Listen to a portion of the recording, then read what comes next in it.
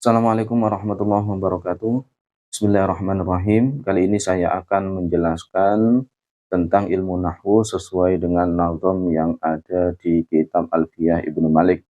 Sebenarnya saya sebelumnya sudah pernah mengupload video tentang ilmu nahwu Alfiyah, tapi kali ini saya akan lebih memperjelas dan lebih mempersingkat dan biar lebih memahamkan bagi para teman-teman semuanya. Kita awali dengan nazam pertama. Jadi sebelumnya bahwa ilmu nahwu itu adalah ilmu yang menjadi dengan ilmu tersebut kita bisa membaca kitab kuning ya, atau kitab yang tidak ada harokatnya, selain juga ilmu sorof. Jadi sebenarnya mudah ya, yang penting kita telaten untuk memahaminya. Baik, langsung saja bismillahirrahmanirrahim. Kalamuna lafzun mufidun kastakim. Kalamuna kalam, nah ini kami para ulama, kalam menurut kami adalah suatu lafadz mufidun dan berfaedah. Contohnya lafadz istaqim. Jadi lafadz yang berfaedah, contohnya istaqim, itulah kalam. Lafadz ini maksudnya suara yang mengandung salah satu huruf hijaiyah. Jadi syaratnya harus tulisannya berupa huruf hijaiyah dan bersuara, ya.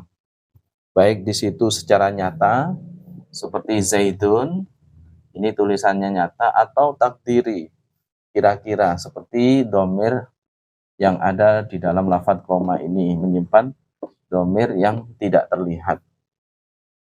Mufidun, berfaedah, artinya memahamkan. Kalau tidak memahamkan berarti bukan kalam. Seperti istaqim, ini artinya ngateko sopo siro, artinya berdirilah. Nah ini sudah memahamkan. Jadi ketika orang diajak bicara berdirilah, ini pasti paham bahwa itu kata perintah. Ya, seperti itu.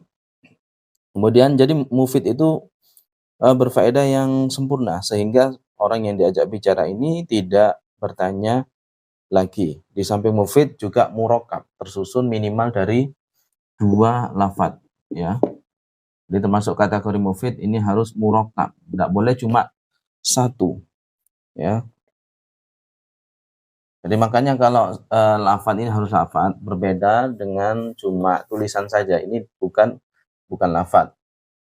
Atau seperti rambu-rambu, atau lafadz yang tidak berupa tulisan hijaiyah, maka tidak disebut lafadz, ya. Jadi kriteria kalau sudah memenuhi 2 syarat ini, maka lafadz tersebut disebut kalam, ya.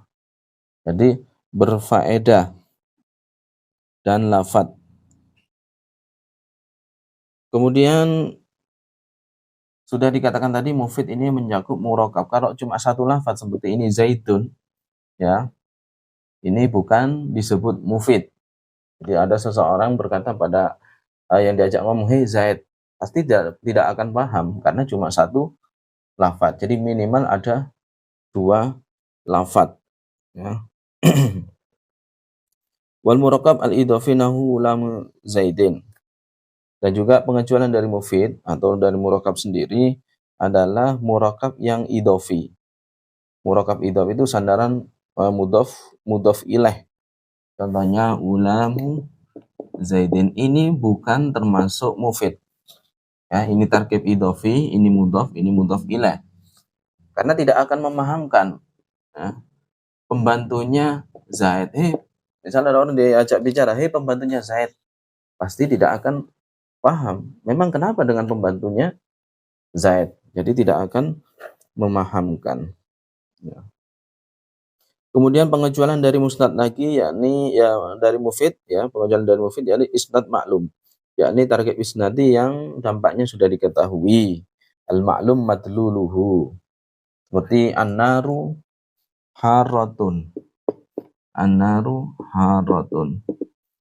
Api itu panas. Ini sebenarnya walaupun tidak dibicarakan sudah paham. Artinya masih belum termasuk mufid, ya, pengecualian dari mufid yang ada di sini. Jadi misalnya ada seseorang yang berbicara pada lawan bicaranya, api panas. Api panas.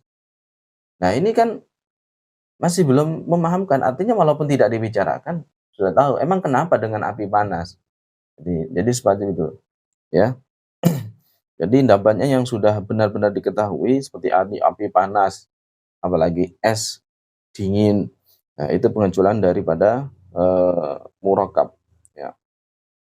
Jadi seperti itu.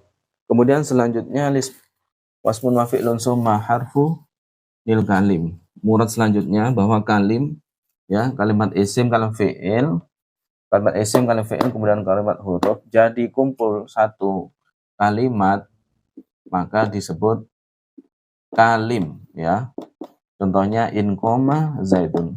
Kumpul dalam satu kalimat, kalimat huruf, kemudian kalimat fi'il, zaidunnya kalimat isim. Nah, kumpul dalam satu kalimat ini disebut kalim, ya. Karena nanti ada istilah kalam, kalim, kalimat, dan kaul, ya. Jadi kalim adalah kumpulan kalimat huruf, kalimat fi'il, kalimat isim, tidak harus memahamkan. Jadi seperti in koma zaidun ini tidak memahamkan. Kalau kita artikan jika Zaid berdiri, nah ini kan tidak memahamkan. Nah, ini tetap disebut kalim karena kalim syaratnya yang penting tiga komponen ini kumpul walaupun tidak memahamkan disebut kalim. Sekian, semoga bermanfaat. Assalamualaikum warahmatullahi wabarakatuh.